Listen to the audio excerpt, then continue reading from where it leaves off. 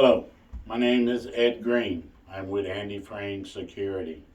I am going to do a tutorial on the basic hand wand, how to hand wand correctly. I will be using a Garrett hand wand, and on this particular Garrett wand, it has two features. It has a vibration where it alarms here and it vibrates, and you also have a audio.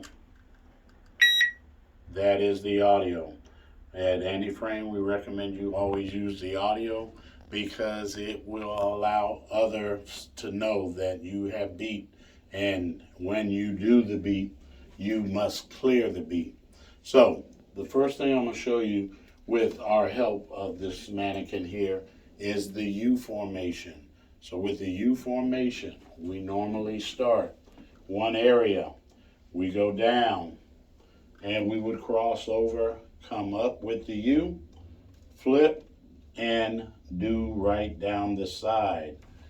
Now, unfortunately, he has low legs, but we would go all the way where there are materials. So if it was a full body person and they had shorts, you can actually stop where the short material is.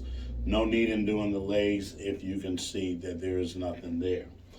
Once you do that, you would ask the person to turn around and you will do the back side.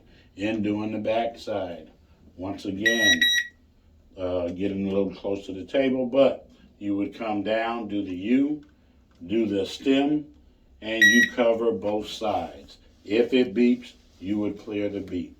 Always note before you start, you would always want to go to your watch.